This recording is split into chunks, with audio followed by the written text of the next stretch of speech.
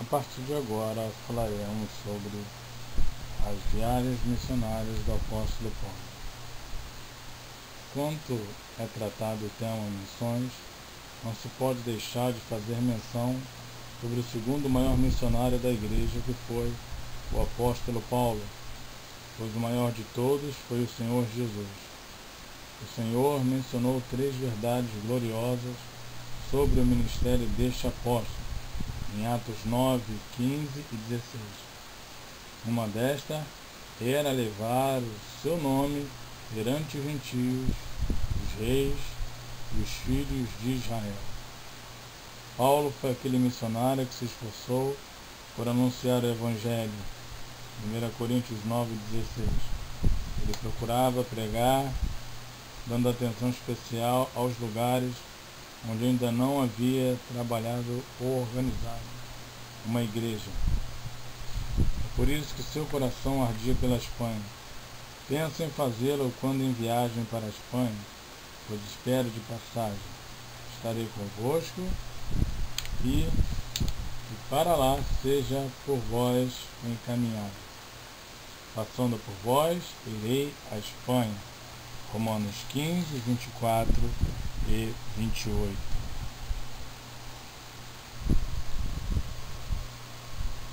No caminho para Damasco, Paulo teve encontro com Cristo. Foi ali que Cristo o escolheu como apóstolo dos gentios. Dentre todos os apóstolos, Paulo era o mais dedicado em perseverar a pureza, a exatidão e a clareza da mensagem evangelística. Cristo o escolheu de forma especial para este propósito, defendendo e confirmando o Evangelho. Diz Filipenses 1:7. Ele recebeu essa tarefa como uma missão pessoal vinda do céu. Paulo escreveu: aqui me encontro para a defesa do Evangelho. Isso estava tão enraizado na consciência de Paulo que nos momentos que falava do Evangelho, frequentemente se referia a ele como o meu Evangelho. É claro que Paulo não estava assumindo a autoria do Evangelho ou declarando como sua propriedade particular. Nunca passaria por sua mente questionar a origem divina do Evangelho. Com a mesma frequência, refere-se a ele como Evangelho de Deus. Romanos 1, verso 1, Romanos 15, verso 16, 2 Coríntios 11, 17. Ou como o glorioso Evangelho do Deus bendito em 1 Timóteo 11. Ainda com maior frequência, ele o chamava de Evangelho de Cristo. Romanos 1, 16, Romanos 15, 19, 1 Coríntios 9, 12.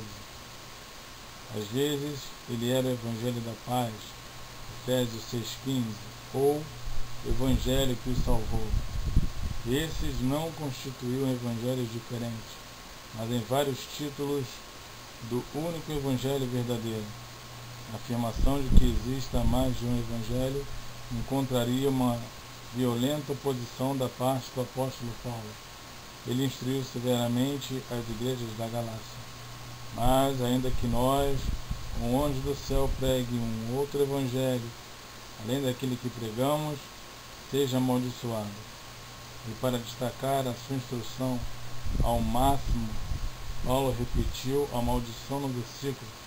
Como já dissemos, agora repito: se alguém lhes anuncia um Evangelho diferente daquele que já receberam, seja amaldiçoado. Para Paulo, nada além do Evangelho. A verdade do Evangelho está presente em tudo que Paulo escreveu.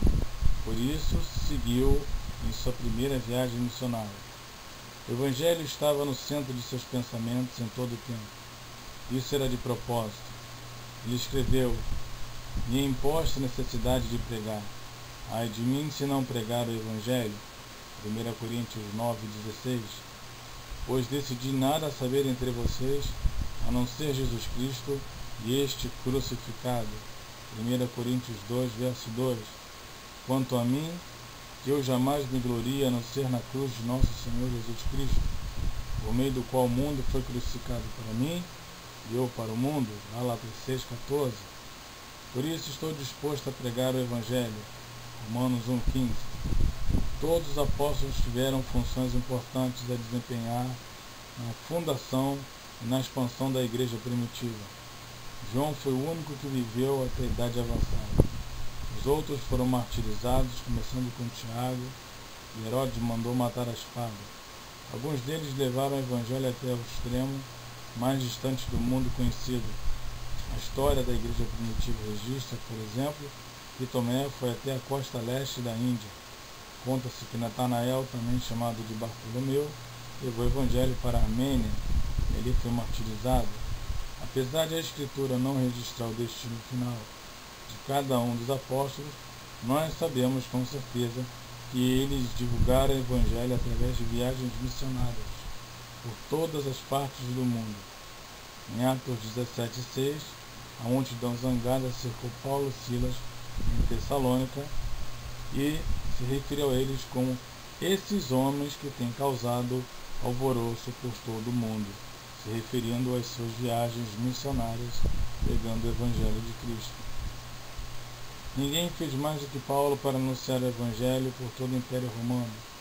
Lucas fez uma crônica cuidadosa das 3 viagens missionárias de Paulo no livro de Atos, começando pelo capítulo 13 até o final do livro. Ele se torna a figura principal. Além do mais, o registro de Lucas acerca do ministério de Paulo é de tirar o fôlego.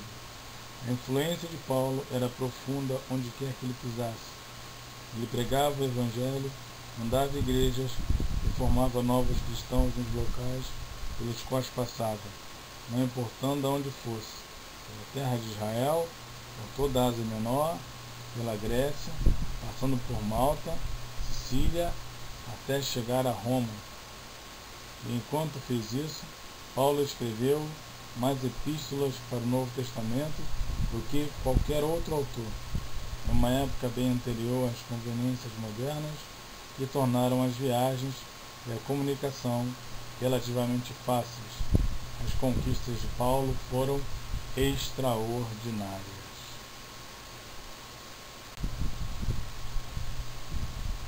De forma mais importante, ninguém fez mais do que Paulo para definir, para delimitar e para defender o Evangelho.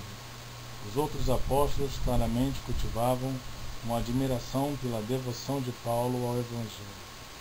A crença que Paulo tinha de que tinha sido escolhido por Cristo para ser apóstolo, como a um que nasceu fora do tempo, 1 Coríntios 15:8, era baseada no fato de que havia aprendido do Cristo ressuscitado exatamente as mesmas verdades que os outros durante o ministério terreno de seu Senhor, e de que fora treinado e enviado para proclamá-las. Gálatas 2, versículo 2, de 6 a 9. Paulo não aprendeu nada sobre o Evangelho de outros discípulos que não tivesse ouvido de Cristo por revelação especial. Gálatas 1, 11 a 12. Não é de admirar que Paulo sentisse um grande peso e responsabilidade para pregar e defender o Evangelho. Aonde quer que fosse, os agentes da oposição ao Evangelho o seguiam de perto, atacando a mensagem que proclamava. Os poderes das trevas pareciam ter a noção astuta da função estratégica de Paulo e concentravam seus ataques implacáveis contra as igrejas nas quais a sua influência era particularmente forte. Por esse motivo, Paulo estava constantemente envolvido em defender e confirmar o Evangelho de Cristo Jesus.